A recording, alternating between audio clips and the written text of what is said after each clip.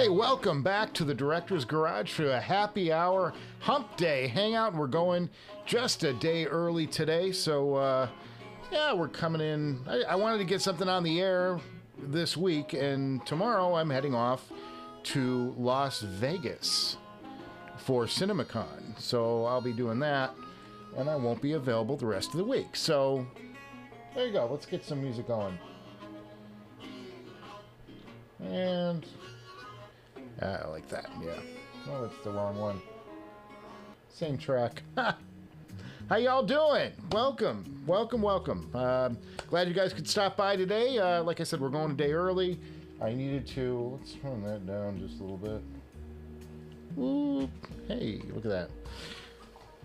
So yeah, we're on Tuesdays instead of the normal Wednesday hump day. So I think that's going to throw some people off a little bit. But I did warn, if you were looking at my community tab, I did say this on Friday. I kind of laid out this week. I've been working on episode 104. That's on this monitor right over here. I've been doing that. The rest of the, like, all week. I shot on Monday, and it's been in editing ever since. So I'm good ways through that. I'm hoping to be done. I might even be done later tonight, for all I know, if I'm good. Mr. Number One here. Happy Tuesday, everybody. Yep, happy Tuesday.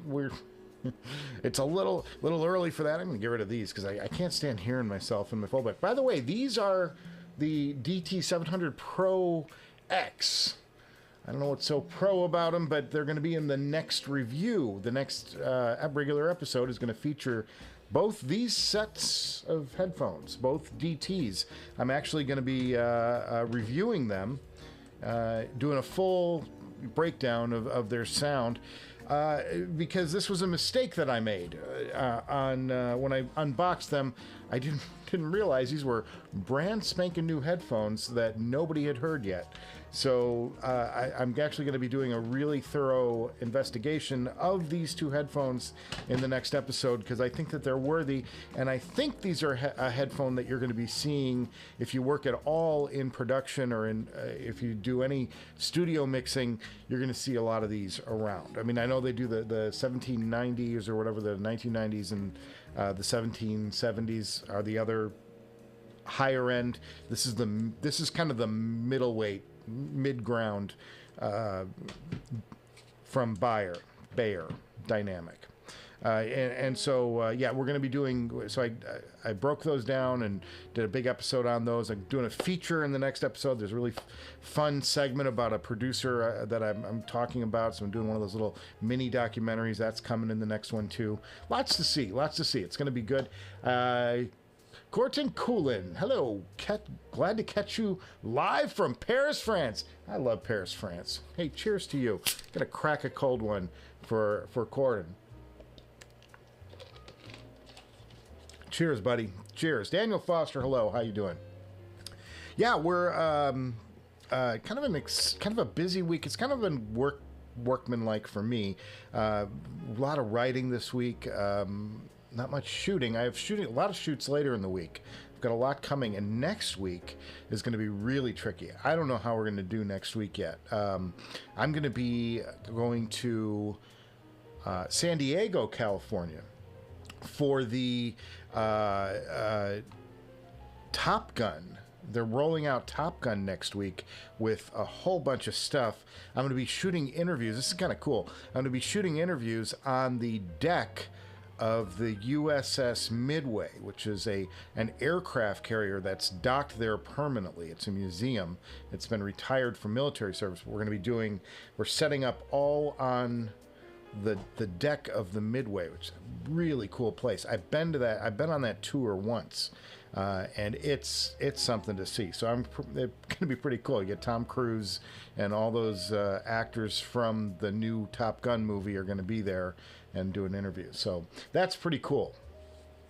Hello from the UK, Atomic Rooster. Cheers, buddy. Get yourself a stout. That's what I wish I was drinking right now. But I got a lot of work to do today. I can't get hammered and produced good Director's Garage shows that maybe somebody will want to watch. Non-audio question. What do you think of Elon's takeover of Twitter? I think that it's his right to spend his money any way he wants to, and if he wants to buy a big old platform and do what he wants with it, it's his prerogative, man. It's part of living here. People get to do what they want to do with their money and spend it how they want to spend it. Would I do it? I don't have that much interest in it, but you know, to each his own. So it was pretty surprising to see. It sounded like it was talk for the longest time, and then boom. He dropped. I'm more actually interested, like in the media space. I'm more interested in what's going on with Netflix than anything. That's something that I think is going to affect our day-to-day lives a lot more than Elon taking over, you know, the Twitter feed, as it were. And I don't think you're going to see much change on Twitter, honestly. I think it's just, you know, something he's doing because he wants to. But yeah, the Netflix thing is really alarming because Netflix lost 200,000 subscribers in a quarter. Now that's a drop in the bucket to you know what they've had, but that to me is really, that's the one that's like, because they spend a lot of money, and they spend a lot of money on making content, and that's going to be the first thing you're going to see cut downs on. You're going to see a lot less content coming from Netflix if they're not turning profit. So that's going to be the interesting one to watch. And I think some of it is the streamers, and I can talk about this because I am in the industry. I kind of know the players. The main streamers, the streaming studios that now have all their feeds up, like Paramount Plus and Peacock, all of these places pulled their content from Netflix. So Netflix doesn't have The Office anymore, and you know, Disney's got their own thing. You'll never see a Star Wars movie on Netflix again. You know, there's, hey, let's turn that down. I think that's the interesting thing to me is what's going on there, and they're losing their diverse content. So it means they're either going to have to produce their own, or they're going to have to find some new source. Here comes Howley. Hey, buddy. He's like, oh, there's a gardener next door with a leaf blower. We don't like gardeners with leaf blowers. He just ran right by. I can't put him on camera today.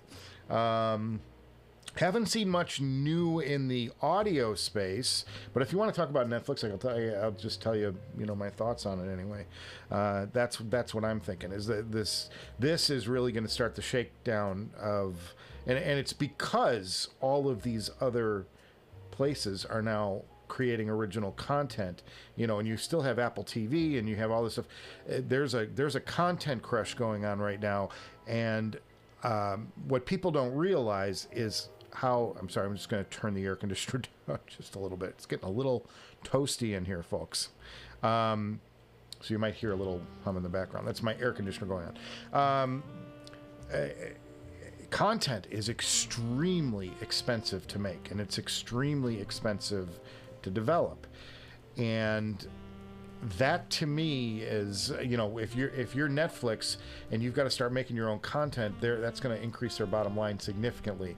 And they're threatening to do things like go after people who are, you know, logging in illegally and stuff like that. I'm like, good luck with that.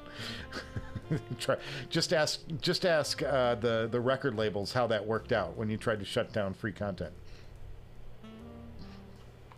Atomic Rooster says, I'll save a stout for the weekend. I'm excited to go and watch Tool. You know what I did? I got some concert tickets. I'll go down more of these. Don't worry, I'll get to all your chat stuff in a second. But I have like Gold Star popped in. I'm going to see McCartney next month. I dropped some major cash on McCartney tickets. And he's going to be playing in Los Angeles. That's where I'm from. And so I'm going to go see McCartney next month in May. But what also popped in, and I think I'm a little hot today. I'm going to turn this down just a hair. In my emails, I got a notice saying that the Who are coming in November and they can't sell the tickets. So the Who tickets were like $68. So for $120, we're going to see the Who in November. So I think that's pretty cool. So got the Who and McCartney. 2 of the big 4 supergroups are coming through. Can't wait to see them.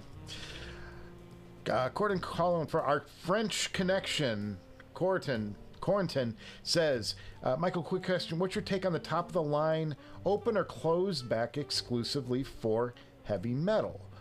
The 1266 TC, LCD5, Utopia, Susvara, anything else? The 1266 would be my initial thought because of the bass and the energy in that headphone. The trick with the Abyss is that finding an amp that will make them sound. I got something in my eye. Thanks to the register for blowing some dust in my face. The trick is finding good amp for that. I've only found one amp that I like with the Abyss. Like the other headphone amps just didn't do it for me. And there's that Ferrum stack, as I told you guys a couple weeks ago. That's really the magic pairing for me. I don't really care for the Abyss under any other amplification so far. I haven't tried everything, but of what I've tried, the Ore really opened it up and made it go. And I did a little noodling with the Hypsos, worst name ever. That's this guy up here, the power supply. If I turned that power supply up to about 25 and really kind of pushed it a little bit, yeah, that really lit that headphone up, really made it sound good. Otherwise, I wouldn't do LCD5. Utopia would be a good heavy metal headphone.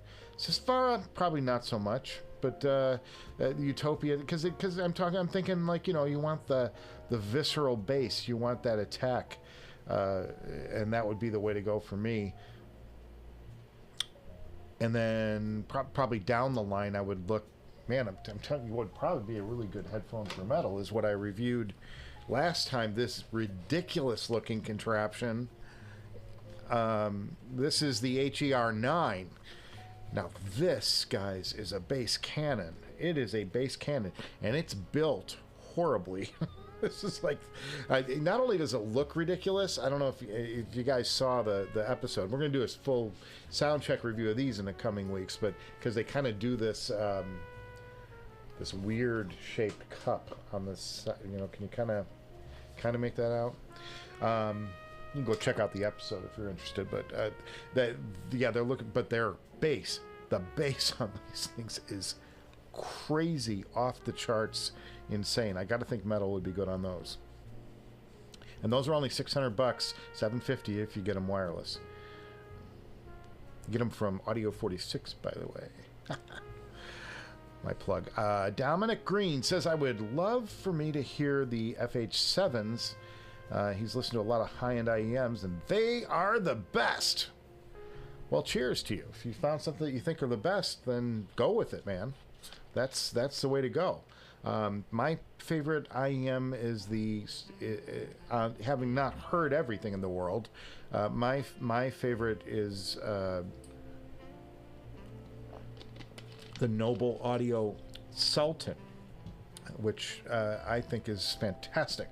That's a metal headphone too. That's got tremendous bass, great bass authority on that. Yeah, that would suck. Really love Netflix. Yeah, I mean, I'm a Netflix subscriber. I've been a Netflix or Netlix. That's the after dark version of Netflix. I've been a Netflix subscriber for a long time, and I like their content. I think their original content has been noteworthy. You know, they had Orange is the New Black. That was their really big early series. They've had some really good stuff on that channel, and I even like the cheesier stuff. I thought Bridgerton was well done. Kind of enjoyed it. And then they had Dead to Me. That was another one that was really good. Lost most subs, probably those who subbed during the quarantine and left where things are slowly going back to normal. I would say the quarantine, but the subscriber pool isn't shrinking. I think it's shifting. I think people are taking a look at, like, you know, the average home, I think, has about $50 a month, spends $50 a month in subscription services.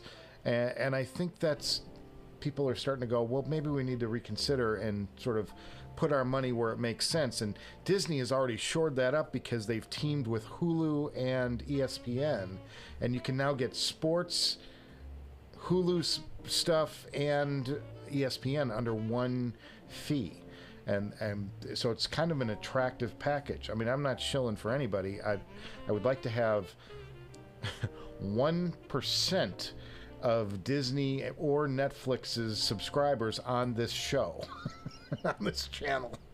My life would look a whole lot different. So click the like and subscribe, folks. Help a guy out. So good to be here today. I'm glad I did this. I'm glad I got to squeeze some time into my schedule, even though we're a day early, I know. But it's going to be crazy the next 2 weeks. I mean, will I be doing this live from San Diego next week? Maybe. or we'll just skip next week if that's the case. But yeah, it's quite an interesting man. The last 2 months, guys, have been really hell for a guy like me who's trying to get a YouTube channel off the ground. I'm telling you. Thanks. Looking forward to hearing the 1266 in the Ferrum stack. Yeah, it's the hype sauce. Yeah, it is. I called it hype sauce when I did the review, and somebody corrected me and said, it's hip sauce, man. I said, if we have to have a debate about the name, it's a bad name, folks. It really shouldn't happen. Sultans are excellent. They're very expensive, but you can find some used Sultans around. I think Headphone had a couple of pair up there for like $1,500, $1,600. I would pay that. You even go up to stretch to $2,000 if you want. Probably get you a really nice custom pair of Noble Sultans. Man, they're beautiful headphones, man. Those guys over there at Noble, they know what the hell they're doing. John Moulton, man, nothing but the best from him. And number one here, Netflix should really make up their game on their exclusives by not making them suck. Yeah, I mean, and somebody pointed this out the other day, and this is absolutely true. If you look at Netflix's top 10 shows today, and I can do that because we have the miracle of computers. Let's do that. Let's do that real quick. Let me call it up. Bear with me, folks, and I'll put this up here, and we'll take a look together at Netflix's. Oh, sign in. Oh, what's my account? Oh, does it remember? Boy, that would be decent. Yeah, look at that. It's like okay, so, oops, I gotta go full screen. It's always been like, you meet somebody. And then I'll let you guys in on the action here over on the laptop, because that's my official thing. I'm just saying there was none of that. I've just been like laptop, myself. and Because of the way it started, will I get dinged for this? I'm not going to audio off of this, am I? Is there audio playing? God, no. Please don't. I had a height thing, I'll be honest. Like, I didn't. Yeah, I think there was. Sorry, guys, if you're getting a blast of audio off of Netflix. So here you go. So here's Selling Sunset. Let's take a look at, I'm going to bring the microphone over so you can hear me, but let's take a look at Netflix's top, you know how they do the top shows? Where's their top 10? Oh, new and popular. Here we go. Here we go. So take a look at this. Selling Sunset. John Wayne Gacy tapes. The Marked Heart. That's original. Married at First Sight. That is another reality series. Anatomy of a Scandal. That is a... But my point is, and where I'm heading with this, is that when you start seeing a lot of reality, these are super cheap content to create. That means they're basically is like saying, okay, let's relate this back to our topic at hand. Do you ever get an album and it's got a great first track on it, and it's maybe got one other good track on it, and then the rest of it is just kind of like, it feels like filler? That's what that is. The reality programming is filler programming. It's stuff just to feed the beast. It's just something you throw out there and throw on the air to keep your subscribers happy and make it look like you're doing new stuff. The reality is that the reality programming and the stuff like that, the documentary, the Gacy stuff, the true crime, all of that is dirt cheap to make. That's cheap programming. The expensive stuff is the Bridgertons. And the Orange is the New Black, and which they're not making anymore, but it's that original dramatic content. That's the stuff that's expensive, because you've got sets, you've got locations, you're all over the place. Most of the, once you do a reality series, it's a couple of cameras in the field and then whoever your cast is. It's very cheap to do. They're all practical locations. You're not making sets. You don't have to have too much in the way of crazy lighting. You just get basic lighting out there, and you're good. And the insurance isn't as much. You don't have actors to insure. There's not script supervisors. All this stuff kind of just goes down when you get into that reality content and that true crime content. So and when you start seeing the top 10 filling up like it is with reality content, that tells you they're in trouble. And that's a point that somebody was making to me. So, and that's something, and that filler content, for me, the filler content is the live stream that we do here. There are times when I can't get episodes out, and I don't want to shove out a filler episode, like one of these, the regularly scheduled episodes that I try to do weekly and get out the door. Those to me should never be filler, and that's my pledge to you guys, is that I don't want to do content ever that is just to take up space. If it's going to go out there, it's going to be full-blown production, the best I can do, and with the sound effects and the crazy stuff that half of y'all hate, half of y'all like, and that's fine with me. I want you to feel something. I want you, even if it's anger, you're feeling something that you wouldn't have otherwise felt had you not tuned into my show.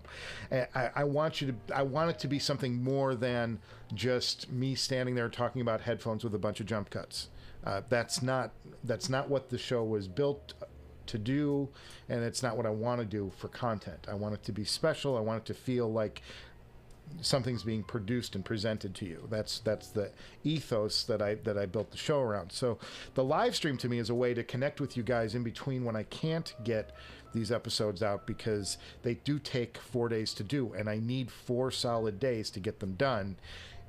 And I don't always have 4 days a week to do this. During the pandemic, I had a lot more time because I was sitting at home writing constantly, and now I'm out shooting and I'm out doing other things for work. I can't just sit here and crank out episodes every day. So I'm going to get back to that, and I've been getting back to that. I've actually been much better back to shooting and getting into new content and fresh content.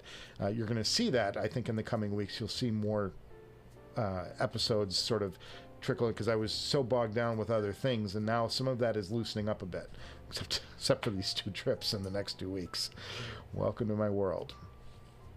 So tell the truth. Is this channel making money, or just justify all your packages that come in the mail to your wife?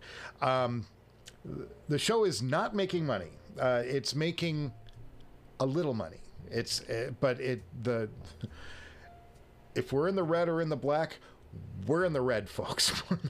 Keep those subscriptions coming. We are nowhere near profit on this show. I'm making some money. I think overall I made about $2,000 last year.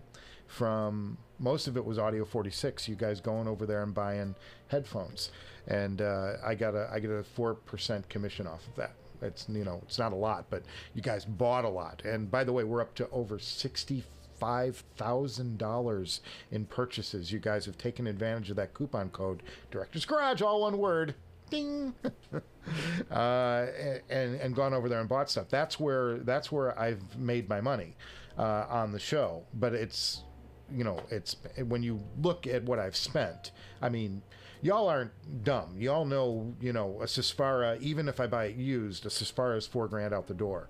Abyss Spy is $4,000 out the door. TC, $4,000 out the door. Utopia, it's going to be $2,000 out the board. $2,500 for me. I think I paid for that. We have the $1,200 in a Sennheiser 820. Elite was $2,600, I think. $2,500. The I gotta contact Audeze. I have not gotten the Electrostatic back. The Carbon was another $3,600 out the door. I mean, like, do the math on that, and go, you know, amps. Look at the amps back there. Like, all of this stuff costs money, and I have not made it back. I'm still doing this show as if it will make money, because I do believe at some point we'll have enough subscribers, or I won't suck so badly, I'll get good enough to where people will actually want to watch the show. And it will make money. But I'm banking on that down the road, that it will come back at some point. Because I do believe in what I'm doing. I wouldn't do this otherwise. I believe that the show is interesting, and it's different, and it's quirky, and it's weird, and it's just like me. And I hope that other people find value in spending, you know, 18 to 24 minutes a day, you know, every couple of days, spend it here and just check out what's going on. Because I think it's fun. I think we're always doing something interesting. I don't like, you know, and I'm always telling a story. If you don't like the headphone, there's usually a story or a good music section or something you can take of value. There's takeaway on this show. It's something I've tried to focus on, make sure every show has some takeaway from it. That's talking about my show a little too much, maybe. What did you do, Michael? Did you do an episode on the headphone? No, I have not gotten the headphone in. That's a product that I would love to get in here and take a listen to and do something on. But I don't know that Audio 46 carries it, so it's something I'd have to buy. But yeah, I mean, if I had the money sitting around and nothing was going on, yeah, I would probably do that. I've got a lot of other products on the way and stuff that's going to cost money. So the headphone is not in the immediate future, I can tell you that. But if somebody sent me one, I would definitely do a show on it, because it's an interesting product, and people rave about it. So yeah, I'm curious about it. Reality shows don't have much creativity. I would tell you, it's easy to say that until you actually try and do one. From the standpoint of somebody who does content for a living, and I do news content, which, you know, it doesn't require creativity because we're covering stories, but there's a lot more to it. And you have to tell stories in an interesting way to get people to watch it, regardless of the content. You have to find interesting ways to tell the story, or nobody will watch it. So I never knock anybody who's trying to do something. I don't, the stuff that I don't like, that I just like, well, that's not very interesting to me. But I respect people who try to create something from nothing. And that's this show in a nutshell, something from nothing, because it was a whole bunch of nothing before it may still be. Shame on the Netflix. This is from Corton. Shame the original series is precisely what he's watching. Netflix, not craptastic reality TV and mockumentaries.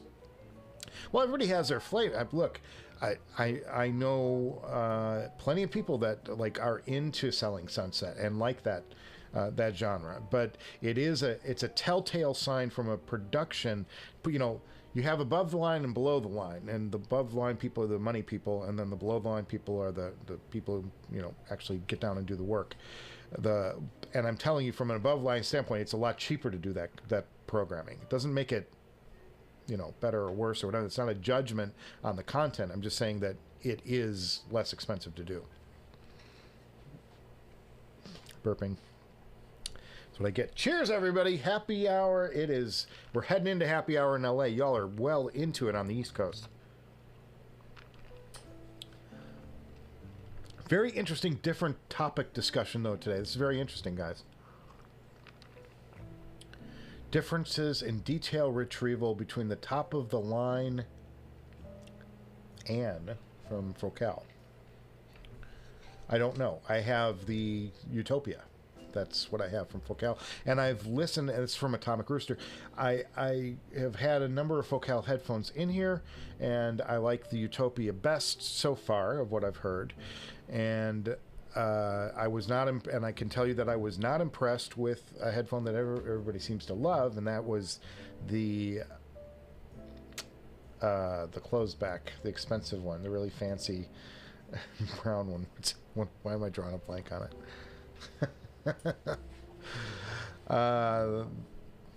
What is it?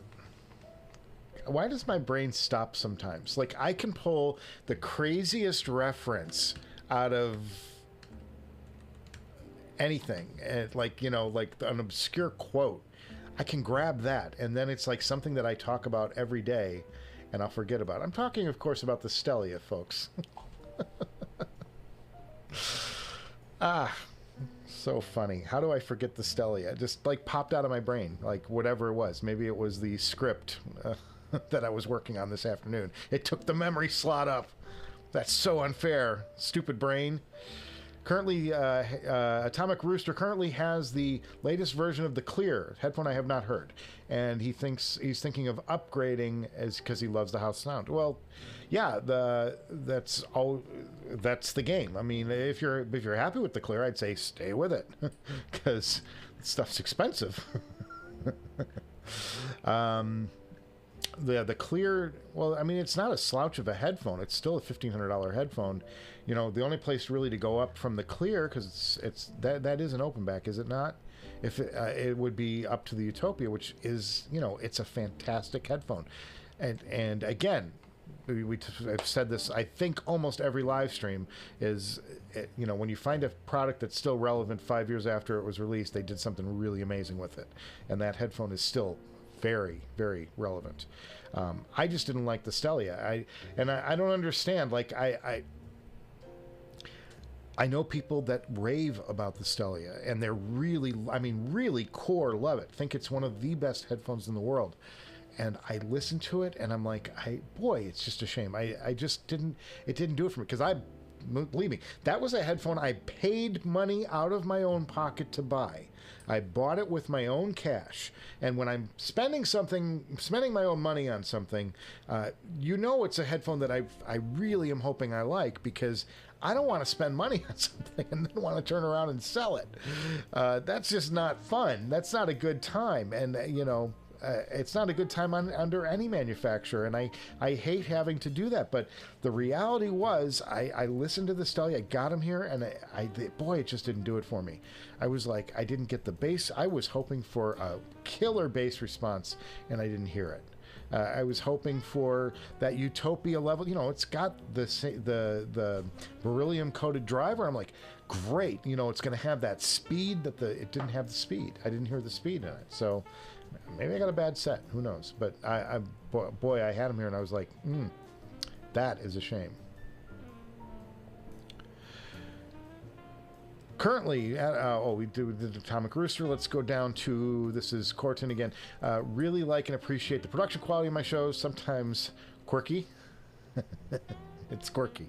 This show is not like, I didn't want to do what other folks do. There are shows that do great measurement shows. You know, they can call up a graph and dissect a graph and tell you about the measuring technique and the thing that they use to measure. I'm like, that ain't me. I'm like, I like music far too much to assault my senses with a bunch of graphs. It's not who I am. I like listening to music. I like finding things in music and headphones that really work well. And in the next episode, I'm going to talk about these headphones, the DT series, the two DTs, the middleweight DTs, the 900 and the 700 Pro X's.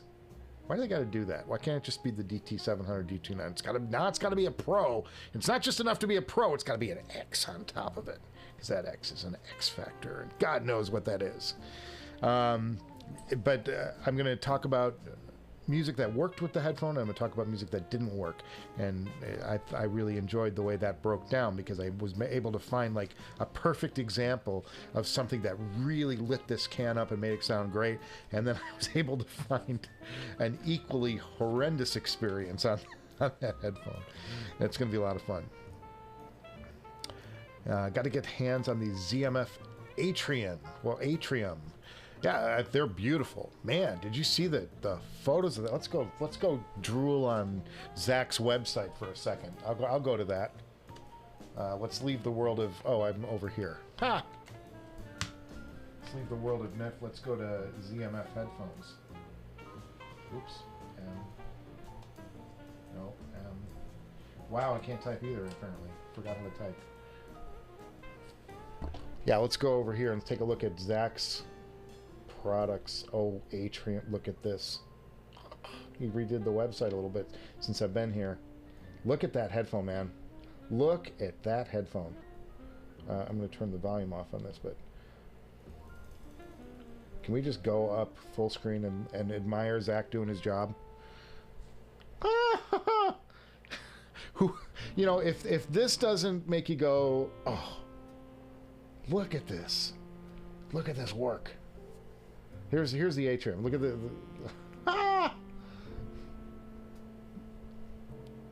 You know, if this doesn't make you want one of these headphones, I mean, there is no question. Look, I don't like the way ZMF. There it is. There's the Atrium right there.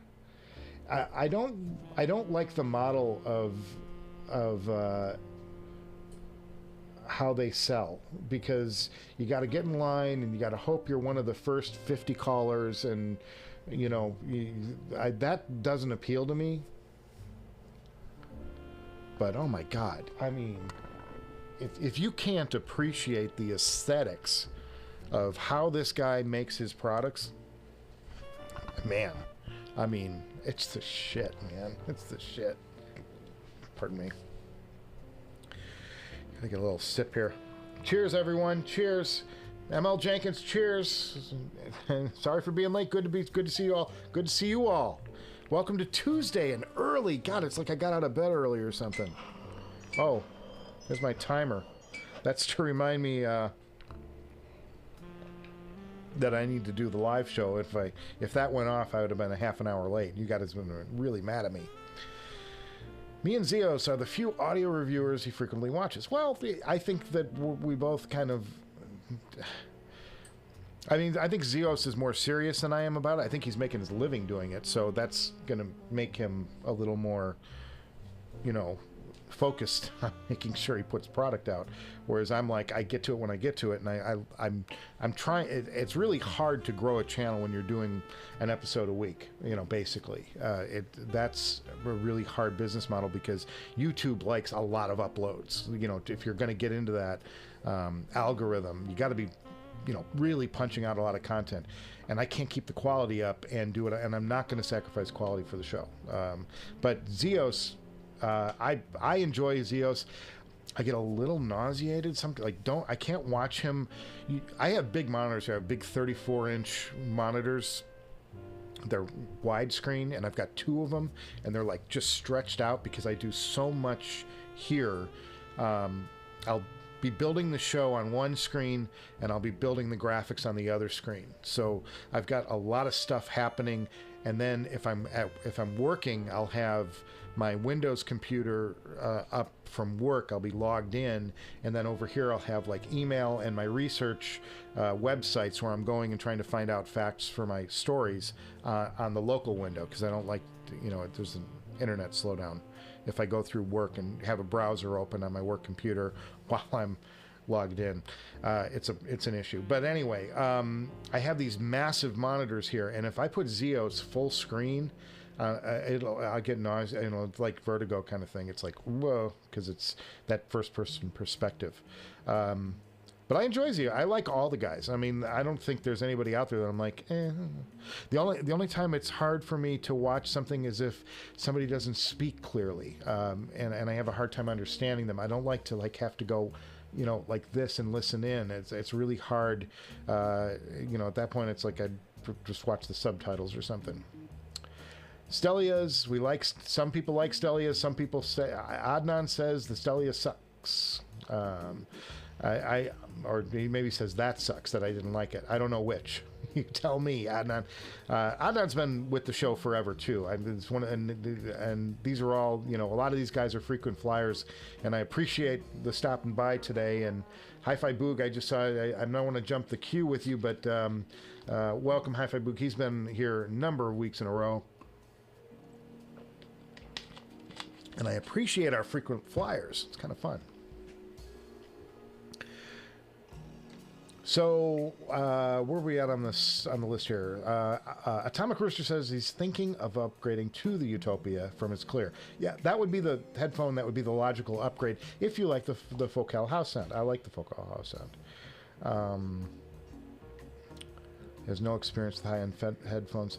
Curious about the differences. Well, I can't say with authority because I have not heard the Clear, and I wouldn't want to misdirect you.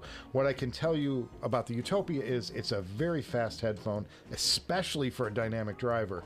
It's very fast. There is a lot of slam in those headphones. The bass has got really good response, and it's a very detailed response. It's like they kind of pull back a little bit on the boomy bass, the big, huge whomping bass, to make sure that there's good detail in there. Because when you start really booming, you start losing some of the detail in the bass. And the Focal just finds that great balance on the bass. And I'm sorry, I got something in my eye. I don't know what it is. Maybe it's a howly hair. At any rate, the Focals. Yeah, I really like the Utopia. I think it's just a gorgeous sounding headphone. And I was, in fact, guess what's been on my desk all week? Focal Utopia. I did quite a bit of listening with the Focal this week. I pulled it out, and I really like, you know, a lot of people were saying that it's a great pairing with the Hypsos Ferrum Stack, Hypsos, and the Ore. And I was trying that because I did want to give it a fair shot. And I found that it actually got really good if I really punched the power level up. Like I was at like 27 volts. It's supposed to be 24 into the Ore. But they'll let you put up like to 28 or 30 volts into and they let you do it. They, you know, encourage you to play around, and they say those different voltages will alter the sound. And when I really cranked it up with the Focal, it started sounding really good. But I really appreciate the GSX Mark II down here, the amp that I got below it. That's a great pairing with the Focal. Really does wonderful things. There's a little bit of grittiness to it. It's actually really fun. Very much enjoy that pairing, but the Focal is a great headphone all around. I mean, I think it like came in right behind the Susvara in my last Mega Shootout, and yeah, just great stuff. No complaints here. Moving on. Atomic Rooster says he's blind, so he's getting audio stores. Oh, getting two audio stores is absolute pain in the butt. Yeah, I can see that, man. I'm sorry you've got boy. I'm glad you don't see this show, man, because this is I'm like a train wreck. But I so appreciate that you've found a hobby and something that you're really into, man. That's so cool, Atomic Rooster, man. Good for you. And I gotta imagine your hearing is really special. Great. Daniel Foster says, is there a difference from the original 1266, much different from the TC? Daniel, I gotta tell you, when I first got the TC, I thought the 1266 was a better headphone. I'm like, I plugged it in, I was listening to it, and I'm like, I don't hear what's so great about the TC. It wasn't until I powered it with that Ferrum Stack that I'm like, oh, it's a different headphone. I've never heard an amp transform a headphone as much as that Ferrum Stack did. Please don't change the name of my show. Daniel Foster says my show name to the Headphone Porner. I don't think there's any danger of that. It's Director's Garage. Really gorgeous. Yeah, we're talking. This is obviously reactions to when I was going through that ZMF stuff.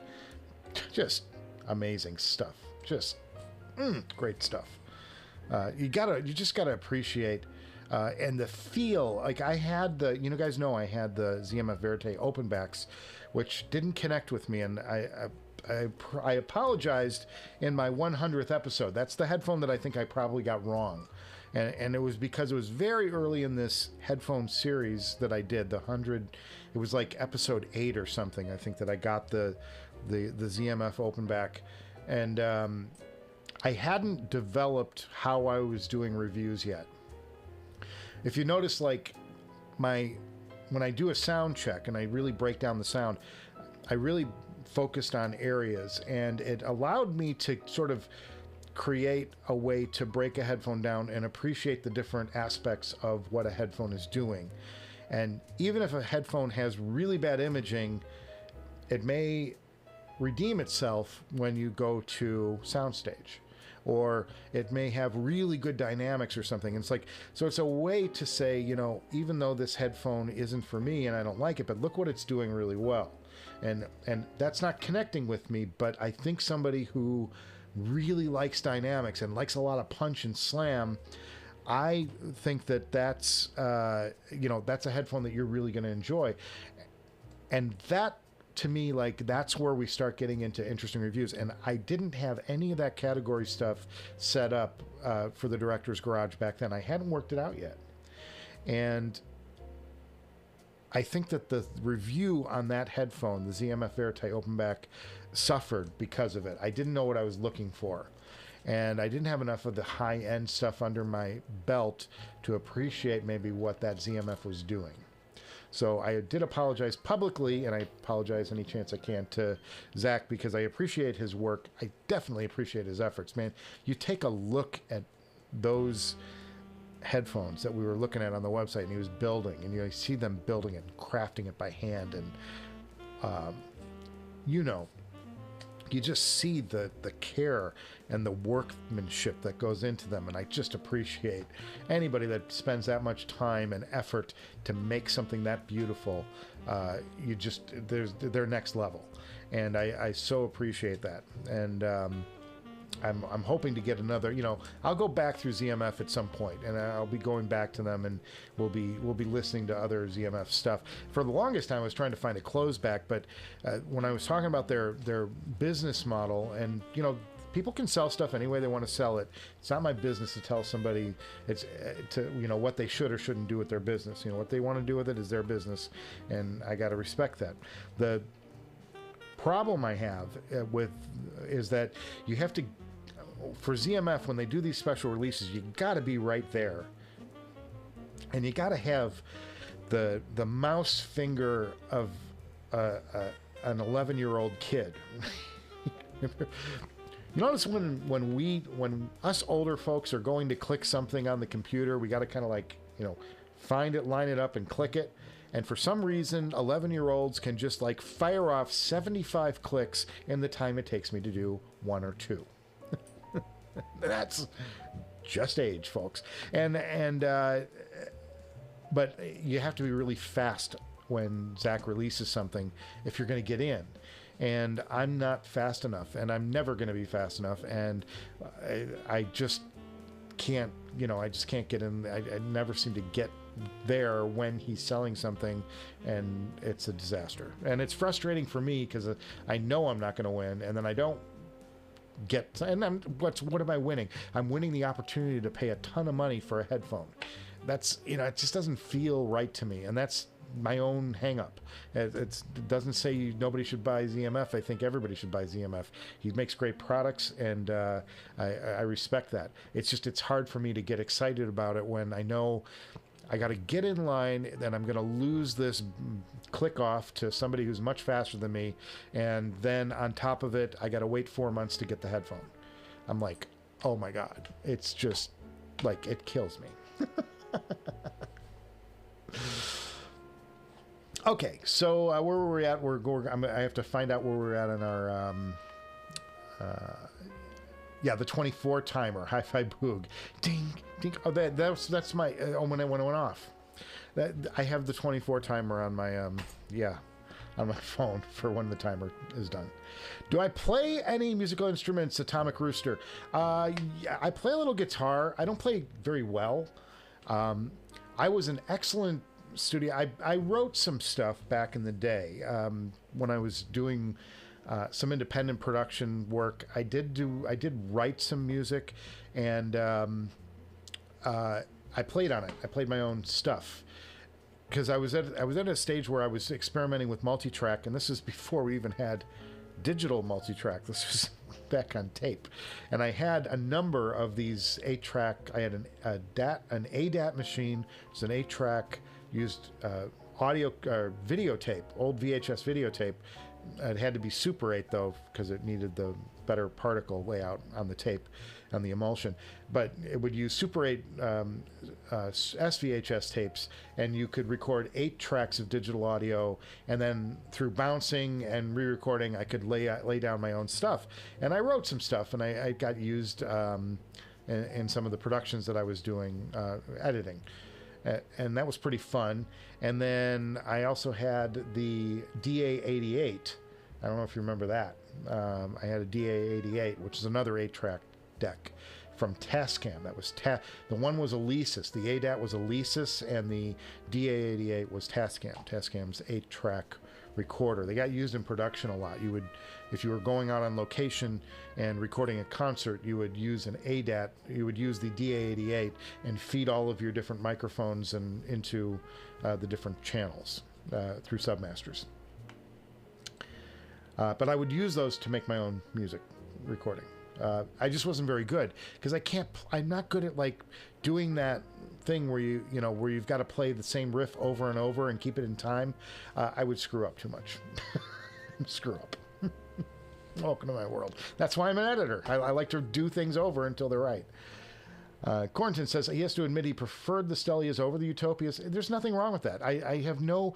There's a faction of this hobby that is like, it's got to be my way, or because you just don't know what you're hearing, And I'm like, look, everybody's got a different shaped ear. Everybody's got different preferences. Everybody listens for different things. It's not my... If you hear a Stellia and you think that that's the sound... Good for you. I'm not going to sit here and tell you don't know what you're listening to. I'm just going to tell you that for me it didn't work. That's okay. But we're all exchanging ideas here, and that's the best part of this hobby is when we have people who don't necessarily, who hear things a little bit differently. Well, what'd you hear about that? I really did. Well, maybe it makes me want to go back and listen and see if I can find what you found in the Stellia, and maybe I can find an appreciation for it, That's the sharing part of this. Or if the other part is the music, and I love just talking about music. I could talk about music for hours and bore you guys to tears. But that's I love the music end of it, and that's the sharing. And it's like this is just the vehicle for the big dance for the music. Prefer the Stellias when listening in crowded. Yeah, for obviously he needs to spend more time to listen to both of them. Yeah, I enjoyed the Utopias. I heard first at an audio show. They were plugged into a Woo WA5. That was the first time I heard them. I heard it at the Woo exhibit at Can Jam, or maybe it was the Headphone show or the audio. I don't know. It's not the Headphone show because that's the other guys. There was a series called The Audio Show, THE, and it stood for The High End Audio Show, and they would do like these conventions, and it predates Can Jam. And I went down, and Woo Audio was at one of them, and they had the Utopia setup, and I was really impressed. That was the first time I heard it, and I went, oh, that's like the Grail, which I finally I got a chance to get in-house and get in my own hands in that episode 20 or so. God, that was a great moment when you get that one headphone that you've been just, lusting after, and you finally, you save and finally get it. Man, that was that was like such a great moment for me. You know, it's a landmark moment for me in my journey through all this sound stuff. By the way, this Thelonious Monk today. We're doing a Thelonious Monk shirt. Hi-Fi Boog is considering the Ferrums because of the voltage change option. You know, and it's not, I would say this. Look, it's not going to make a night and day difference. It doesn't change the world to be able to increase. You know, we're talking like that little extra sprinkle of sugar on top of the confection. You know, it's not that wouldn't. Don't make that the reason for buying it. Buy it because it's, you know, it's a very powerful amp, and it's very. I don't like. I've already told you guys I don't like the looks of the thing. I think it's one of the least inspired looks for an amp that I've seen. Like I get far more out of that gorgeous GSX Mark II than I do personally. The Ferrum or the little patch here of copper is when you see it in person, it's paint. Somebody just held up a card and sprayed some copper paint over the corner of it and said, "That's our logo." It's like, it's not impressive. In person, it doesn't look that much. And I got an issue with this. And maybe you can tell. I'll power it up real quick. And this is something that the anal part of me just goes nuts over. It's warming up. It's got to warm up, and then it'll light up the bottom one, the amp. Look at these two. Can you see from back there? These are different colors. This is a bluer white than this is. This is around 5600K. That's about 6500K. They're not matching lights, and that drives me bananas. I gotta get a life, guys. I gotta get a life. Okay. Matthew Hilty, welcome Matthew Hilty to the Tuesday early happy hour edition of the Humpday Hangout, the 4-H Club. This is a rare Tuesday occurrence because my schedule is, I'm going to be going to the airport at this time tomorrow. Matthew Hilty says, just my 2 cents. He bought the Utopia a couple years ago, and it did not disappoint him, but try it before you buy it. Yeah, if you can. That's great advice across the board. I think Matthew gets the toast of the day for this sage advice. Let's all listen to Matthew. Adnan. He can so relate. He doesn't like the F approach to selling. Yeah, which he never got one. Yeah, Adnan, you're referring to the ZMF where you have to be patient and get in line and hope that you're really quick with your finger, and you happen to get one. Yeah, it was really frustrating for me. I don't like that at all. I want to be able to go to a website, see something I like, and even if it costs a little more, because it's a high-end product, and these were stabilized wood, and they were like all gorgeous purple and this and that, but it's like he dangled it out there and captured my imagination, and I could imagine like wanting this gorgeous. The one that I really liked was called the Dark Star. It was this purple and gold stabilized wood version of the closed back ZMF, and I want a closed back ZMF anyway because I want to try them. I've been my longest quest has been to find a closed back that I just love, that connects with me, and I've been close on a few, and the closest one that really has done it for me is the old Fostex THX00, which I still talk about, but that's a semi-closed back technically. It's not, there's actually an air gap there, but that clicks a lot of boxes for me, and I'm hoping that one of these other ones will at some point, take it to the next level above that.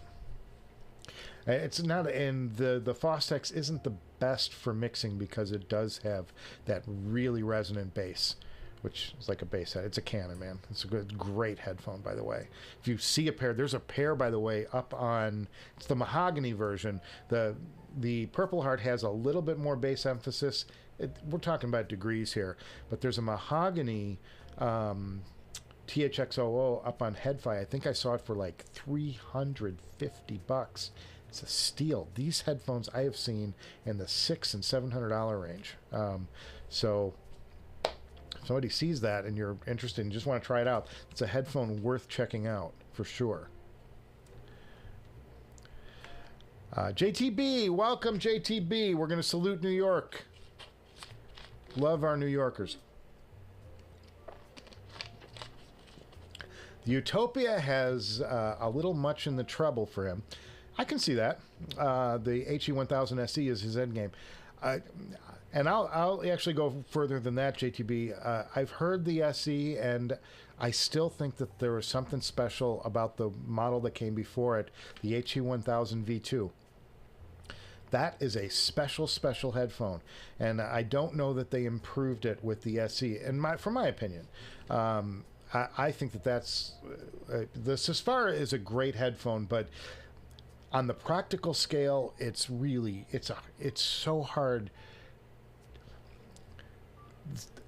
I want to be careful how I say this, because the Susvara to me is like the best headphone, practical headphone, without going up to the $50,000 HE. You know, we can talk HE1, we can talk about that stuff. The Susvara is really the pinnacle to me, like of the practical headphones that you can buy. But they're so finicky. To get them up on that plane, you really just have, you're going to be just doling out thousands of dollars for amplification to really push that headphone to where it's like, this is the shit, you know? Whereas, you know, the Utopia, the HE1000 SE, the HE1000 V2, an average amp will sound fantastic. Like you're going to get to that near Susvara level for thousands less. And I mean, you know, do you really need that, you know, last little bit? I would say, you know, from a practical sense, no, you don't. You'll never miss it.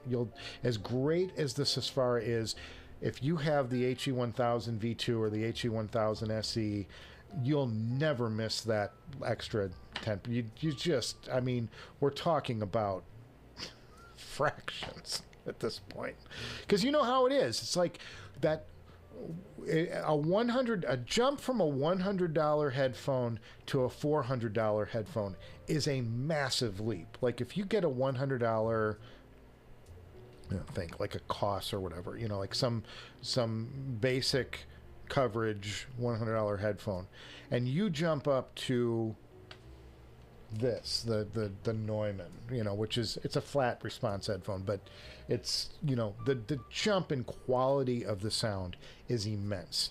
And if you go from that $500 headphone up to a $1,200 headphone, like the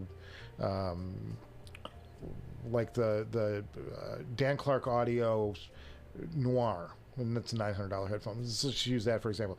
What a fantastic sounding headphone. And the difference between that $100 headphone and that Noir is astronomical. Like, it's a huge, you're getting so much more for that $900. Like, it's amazing. Then you jump from that to like an $1,800 headphone, and it's better.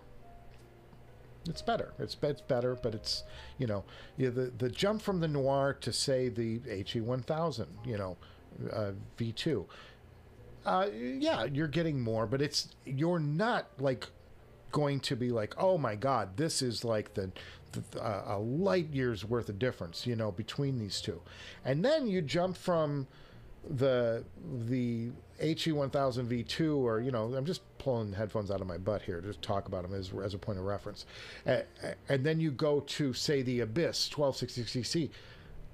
You're starting to talk fractions better, like, you know. And then to jump from that up to the Susvara, which now they're the same cost, but that's a whole other thing. But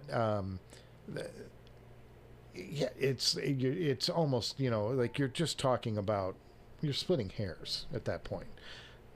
But then you know, consider the amplification of that factor, and yeah, it's a different thing.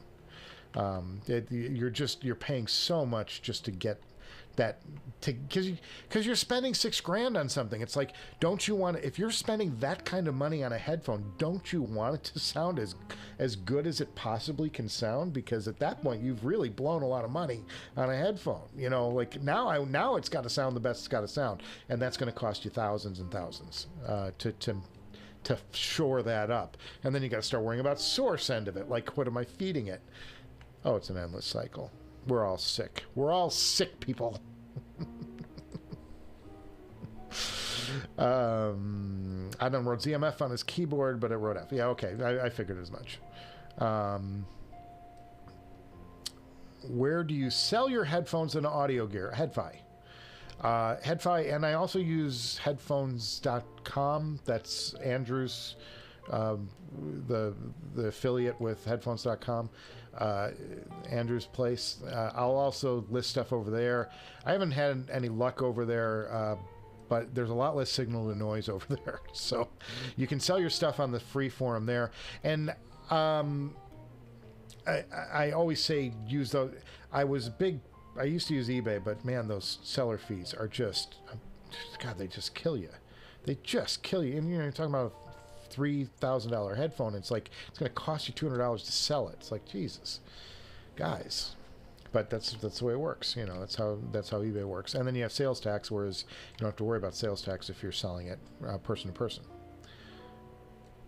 So there's that. The one thing I would warn anybody who's selling anything right now is that check your shipping costs before you sell something, because shipping costs are going to shock you right now. I sent something to the East Coast, and I just sold it, and I'm like, okay, I'll pay for shipping, no big deal. And I went to normally it's like $30 to ship like a decent sized headphone in a box, you know, that I've packed well and all of that, and I will try to do it nice. And put it in the, took it to UPS, and it was $100 to send it. I'm like, that was a couple weeks ago when gas prices were really peaked, and they've sort of come down just a little bit, but whew, it's going to cost you a lot more than it used to ship something.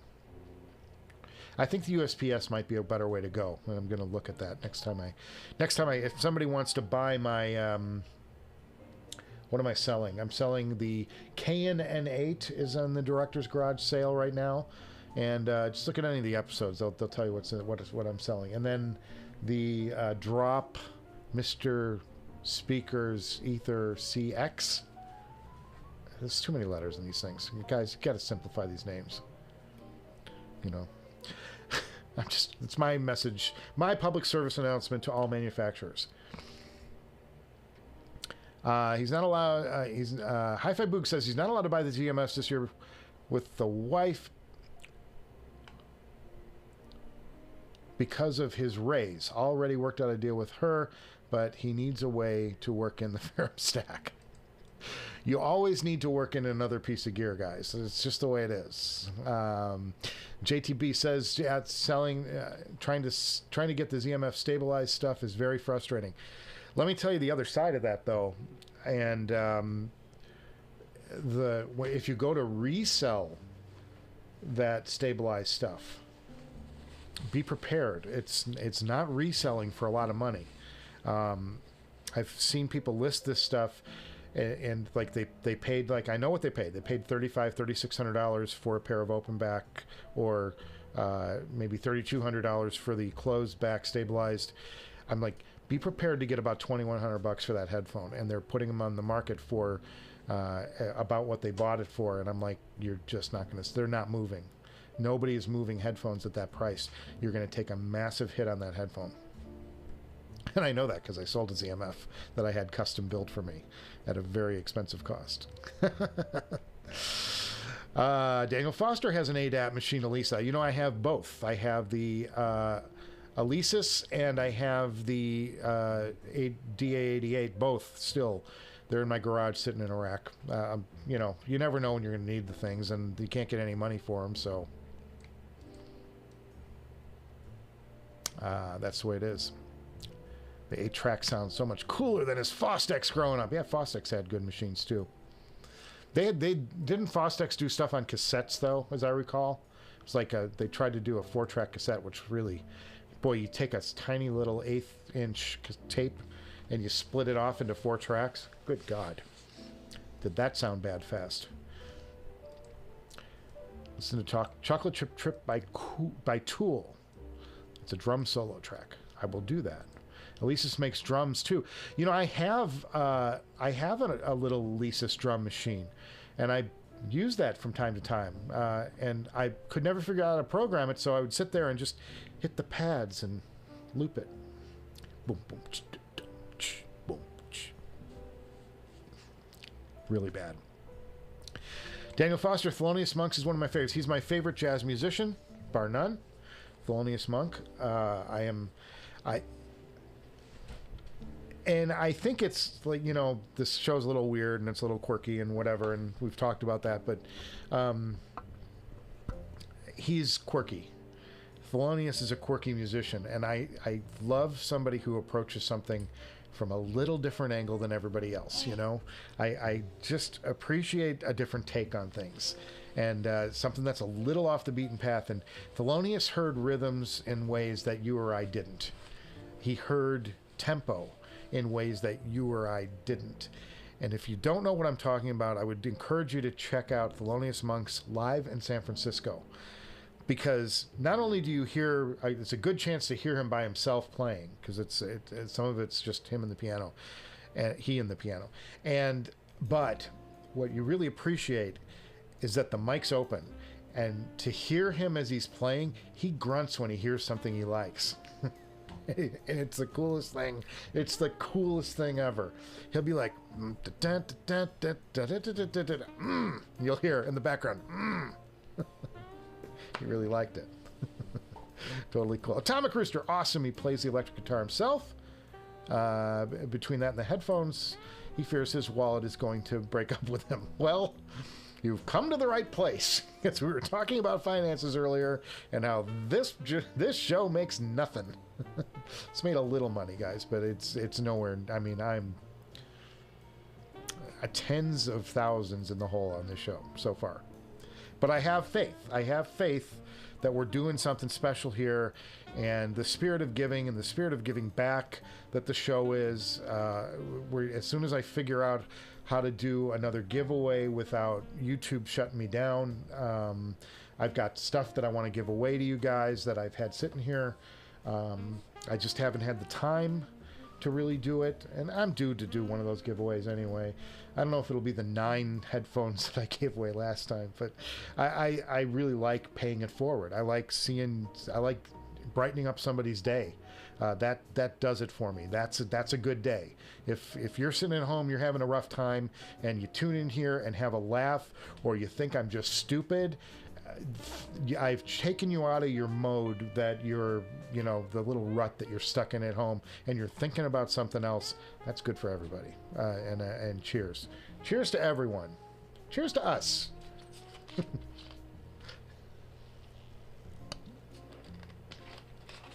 Uh-oh. What's going on? Chase Thursday show. There's a temp in the route forward. Clip should be here tomorrow. That's my piece that I was writing today. And let me do a little reply. Can I do a thumbs up here?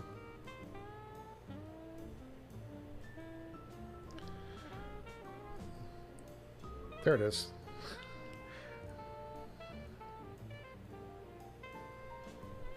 Sorry, I just had to respond to my editor who's working on the piece that I wrote today. So Tom Cruiser plays the electric guitar. What kind of guitar you got, Tom Cruiser? What's your rig? Tell me about it. I'm always interested in hearing other people's gear, what you're into. JTB, getting a stabilized wood is like getting the Willy Wonka golden ticket. Absolutely. Absolutely. And I get so frustrated. Like, it just, like, it's such a frustrating game for me. I can't tell you how it just gets under my skin, and it leaves me with this really awful feeling.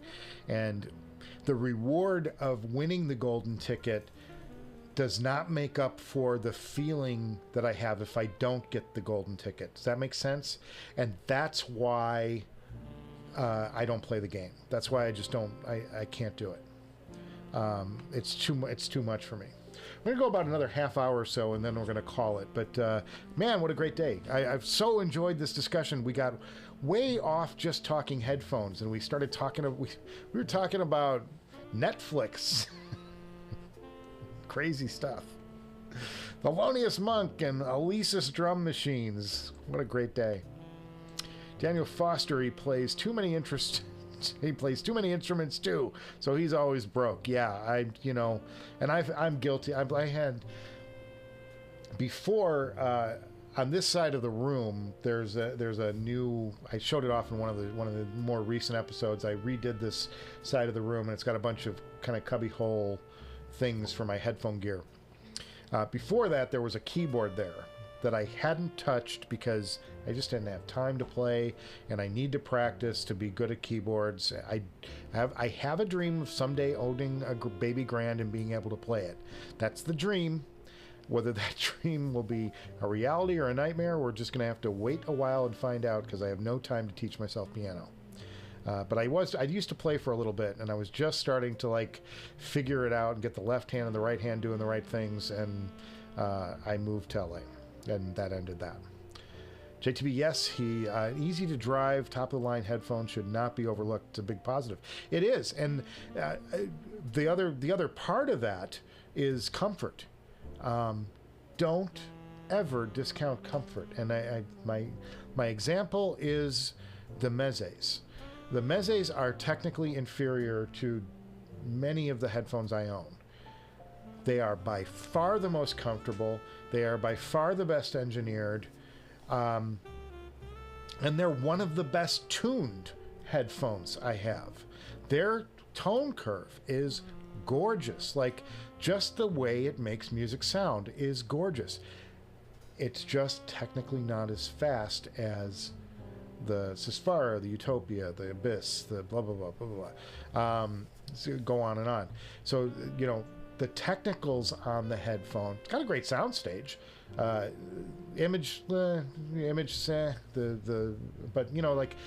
and I've done the review on it, you'll know. But when I went to Vegas last time, I took the Elite because I knew I had this long session of prep I was going to have to do, and I wanted something that was comfortable to put on my head. And the Elite was the headphone. It was a perfect headphone, and I had such a good time with that. I just had the this guy, the SP1000, and I brought a little amp for it to give a little extra juice to the Elite, the Meze Empyrean Elite, as it were. And yeah, that was great. That was a great night. Great night of, even though it was work, at least I had some good tunes playing on a good set of headphones that was really comfortable. I don't overlook the ease of driving something, and that is an easy headphone to drive, and I don't overlook the comfort of a headphone. It factors in just as important as any of the other stuff. And it's why the Elite should be considered in the top headphones in the world. Have I gotten the Diana TC yet to review? No. And to my knowledge, Abyss doesn't do any lenders. And and as you know, on the show, I don't take direct from manufacturers. Actually, Audeze wanted to send me a bunch of stuff. They said, we'll send you some headphones to review. And I said, at the current time, and by the way, if you hear in the background, this is a little stupid fact about the Director's Garage. I have a house that's like about 20 feet this way. There's another house on the outside of the wall. This is the outside of the wall of the house.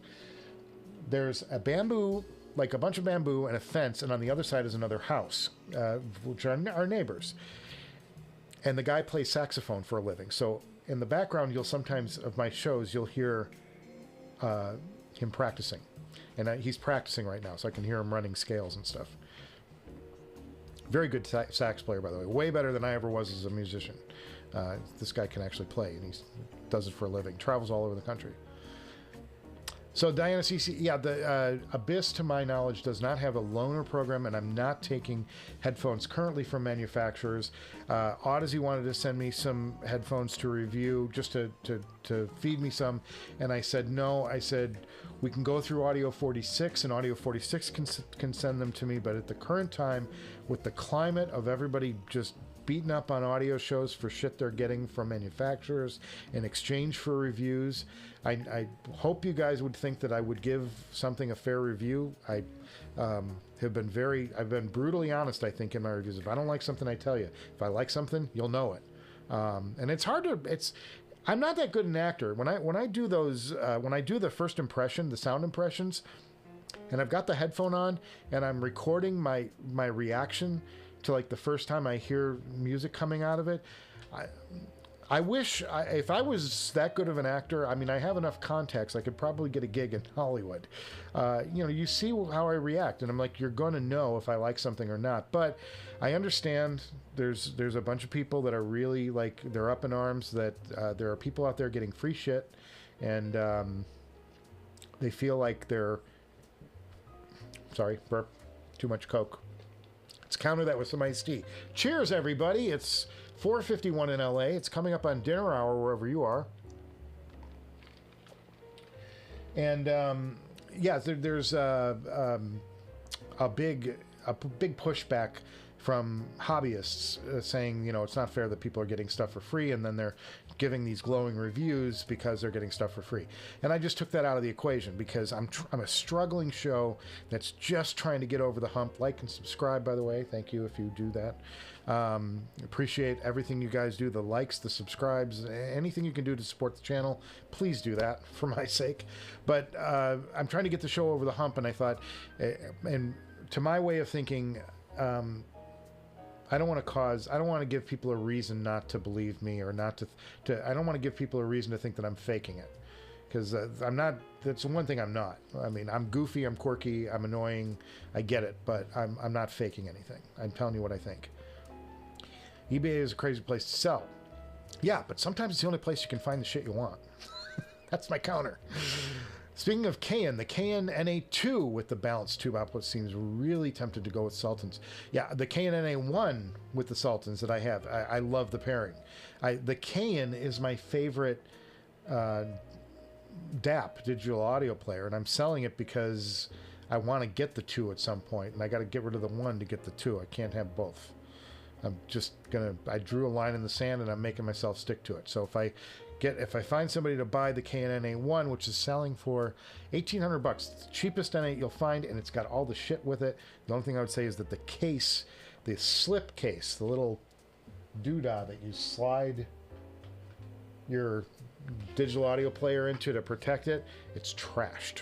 I don't know what the guy was doing with it in its last life, but it was trashed. So I do have a little case that looks like this that I keep it in, and I'm selling that with the Cayin N8. I'm giving that away with it. But yeah, the slipcase, but it's in very good condition, and it's my favorite DAP. I would only get rid of it if I could replace it with another Cayin, because to me the Cayin is even better than the SP1000 sound-wise. I prefer the sound of the N8. There you go. This one is gorgeous, though. This one's the prettiest of the. I mean, this is like jewelry, but I think the N8 maybe sounds a little better. And I like the fact that it's got a tube option, and I like the fact that it's got huge gain stage without putting an amp on it. Maybe I just need to get the SP2000. Matthew Hilty, why are you selling the N8? Because I want to get the N8 too. That's why. Matthew Hilty also says, baby grands are so nice when they're mic'd well. Yeah, and I've got mics to do it too, my friend. I've got the mics around here to do it. I was looking at more mics this week, by the way. I didn't buy anything, but I was looking. I was tempted. I was tempted by another ribbon. I was looking for one. I'm like, if I found one of these, it would be really hard for me to... I was looking for an old RCA 44. I thought it would be a fun mic. It's a much bigger mic than this one, though. JTB just watched The Batman on HBO, and it might be the best one. Hard to beat Heath Ledger. but the newest Batman is very dark and done really well done. I have not seen it. I did see the series before this. That, what's his name? Who directed that Batman series? The Scott? Was it the Scott brother? One of the Scott's brothers. Yeah, I with just my mind did like 5 things at once, and I just short-circuited. I like the old Batman series. I liked Adam West. I date back that far. Big Adam West fan. And Michael Keaton. I appreciated him. I did not like the George Clooney one. I did not like George Clooney as Batman. I thought that was not good. But I enjoyed Michael Keaton as Batman. Atomic Rooster, Ibanez guitars are the worst when it comes to product naming. Yeah. Yeah, name like the Stratocaster. It's a classic. Saray tunes in. Hey, boyo, yesterday he was checking out his dad's aviation headset. David Clark, not Dan Clark, and it got him wondering how they sound. They are terrible, but it makes sense why. They emphasize the voice. Sure. Got to be able to hear on an aviation headset. You want to hear the control tower tell you that you're really screwing up, or that there's a plane headed right at you. Kind of important. Take off on runway 7. Almost got a pilot's license. I never did, but I actually studied for it. I just never got around to doing the test and the training. And that's what happens. You just get older. You can't do everything. Isoparametrics missed all this audio reviewer drama. Hasn't been spending much time on the forums. Yeah, it's a thing. It's a thing. And I think it'll go away, and when it goes away, I'll then hit up these manufacturers and say, hey, I think enough time has passed, or I think our show's established enough to where I can ride out any criticism. Honestly, like I'm not going to be very good if I start lying to you and trying to shill some product. I do shill companies like Audio 46 because they support me. Linsol, they support me. They send me headphones to review, and in exchange, I say thank you to them by mentioning their name on the air. And I think that's a fair trade. I don't think that that's making me indebted to say something nice. Lord knows I've said enough bad things about Headphones Audio 46 to send me. I've also said some amazing things about Headphones 46 to send me. But I don't have anything against them. They're fantastic. Those guys over there, they're the best. I can see no reason not to buy from them. They're a local business out of New York. Making it, little company making it in a big town. I'm going to support them even if they weren't sending me anything. And they're good guys. Daniel Foss says that's a great read. Heath Ledger as the Joker hasn't been beat. True, I guess. I haven't seen the latest one, so. Daniel Foster buys his aviation headsets and puts his own drivers inside. Hacking your aviation headphones, are you, Daniel? JTB is a Schecter guy. He loves the Sustainiac pickup. I was more classic. I have a Fender Stratocaster Plus, which I finally put into storage because I just wasn't playing it. And I have that gold top Les Paul that I pulled out a few weeks back and showed you guys. That's a 58 reproduction, and that's selling for a lot of money right now. I chose wisely. Where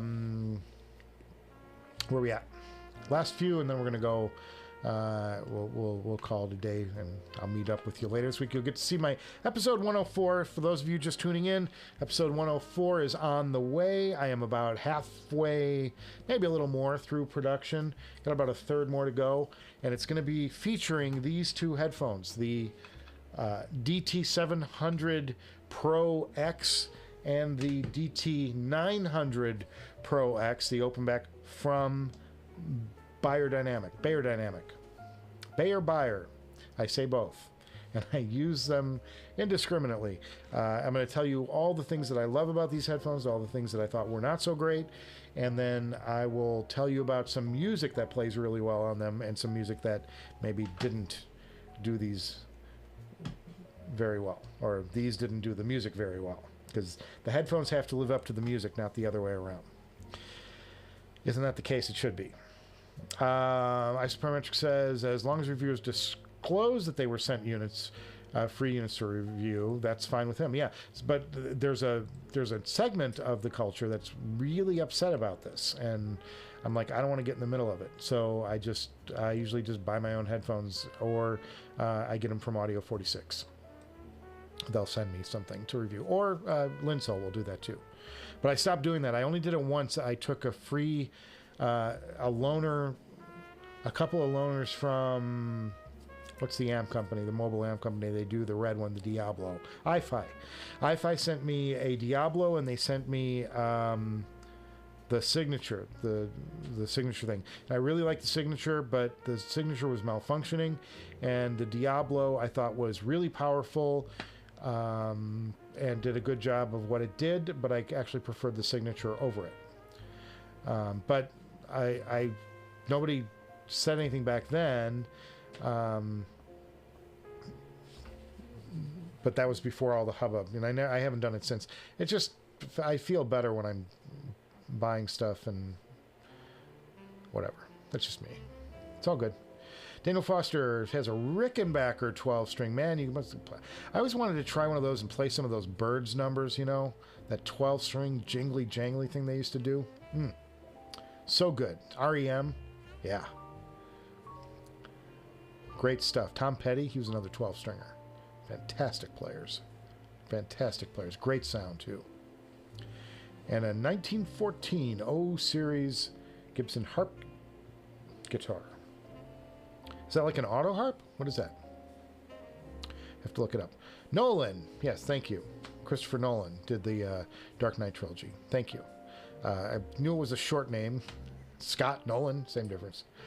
No, totally different people. Ridley Scott. The Adam West. Harrison was the best.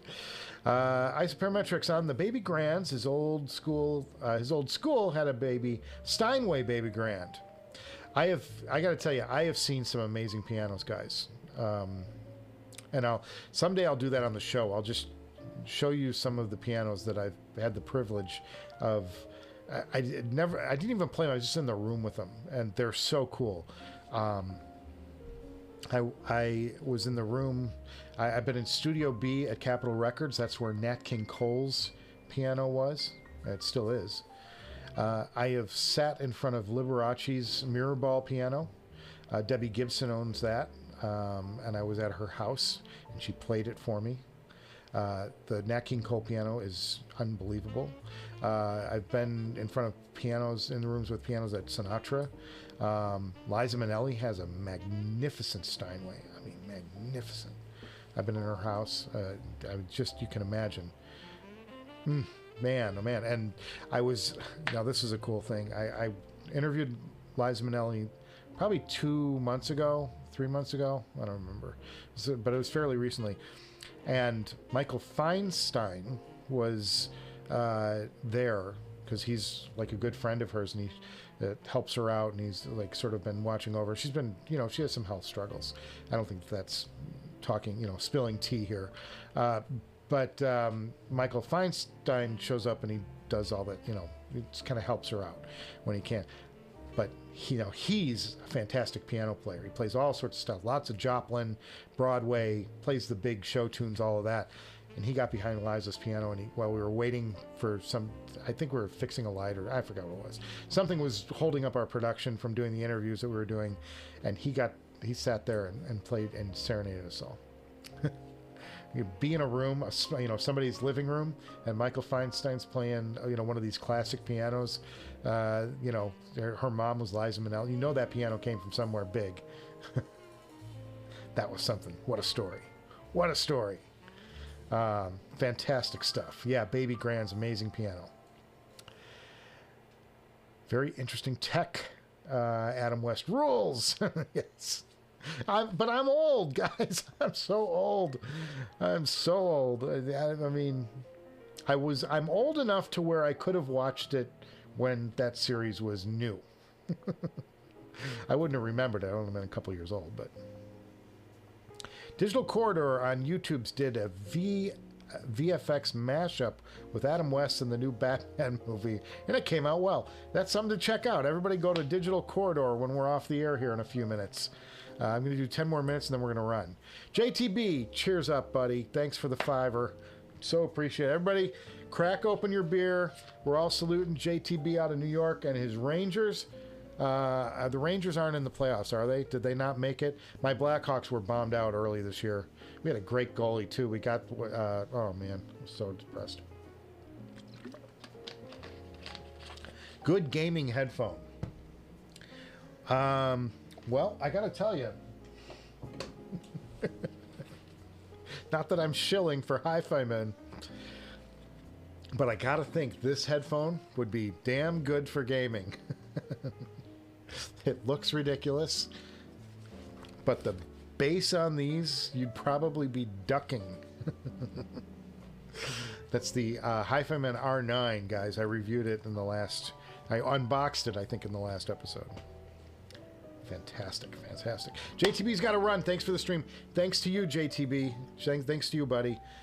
Big fan. And he's been here. He's one of these long-time guys. He keeps coming back. The Rangers are playoff bound. Congratulations, buddy. My Blackhawks, they took it on the chin this year. They really, they got the goalie in place, but their defense just, nope, wasn't there.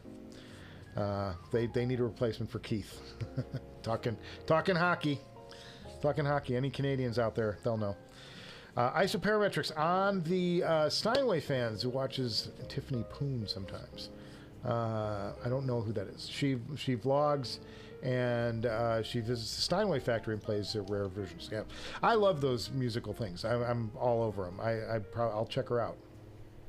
Matthew Hilty says nothing entrances like any grand piano. Yeah, it's he would love a piano tour and how to mic a piano lesson. Every time he hears a performance, he wants to record it because he feels that performance will be like, yeah, that live music, man. That's why live music is so great. It's there and then it's not. And all you're left with is the memory and the feeling you had at that moment when you heard it. Fantastic. Corton's rocking the HD 800 for gaming. It's fantastic. I believe that. I think the 820 might be a good one for the 820. Daniel Foster's got to go. Everybody's got to go now. We're all wrapping this down. Anyway, I appreciate everybody tuning in today. And we'll sign off a little bit early. Isoparametrics, how about the Audeze Mobius for gaming? It's a good idea. I haven't heard it. Everybody, I want to thank you all for stopping by today. We'll get the... Well, I got to get the Zach... I'm going to have to go back to watch this stream and see how much audio that I shouldn't have been playing was playing on this stream. Let's go back to our outro music. There it is. So I want to thank everybody stopping by today. Tip your waiters and waitresses. I hope you guys have a great rest of the week. And cheers to you for showing up and hanging out with us at the Director's Garage Happy Hour Hangout. It's Hump Day. It's not Hump Day today. I know we went a day early. For those of you who missed out, I am going to be going to Vegas the rest of this week. I've got a long trip in San Diego next week. It's going to be a few days there. Not sure how it's all going to work out with the show. I'm going to try and figure that out later this week. But cheers to you guys for showing up. I appreciate you all. You guys know I think you're the best. And I hope you guys get to listen to some good stuff this week and hear some great gear. Check out your headphones. Spend some time with them and spend some time with each other. And cheers to you all. I'll see you guys before you know it. How about that? We'll end it the right way. Nope, can't do that. We got to... Every time I do this, guys, it's just the worst. Let's go to the Director's Garage Live.